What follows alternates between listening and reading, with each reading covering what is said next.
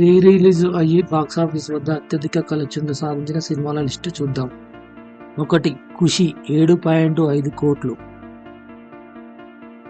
2. Business man 5.80 కోట్లు. 3. సింహాద్రి 4.61 కోటి.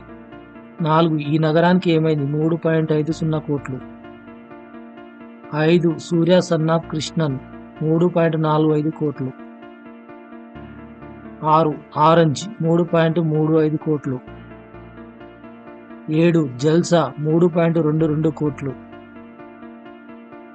8. ఒక్కడు 2.53 కోట్లు.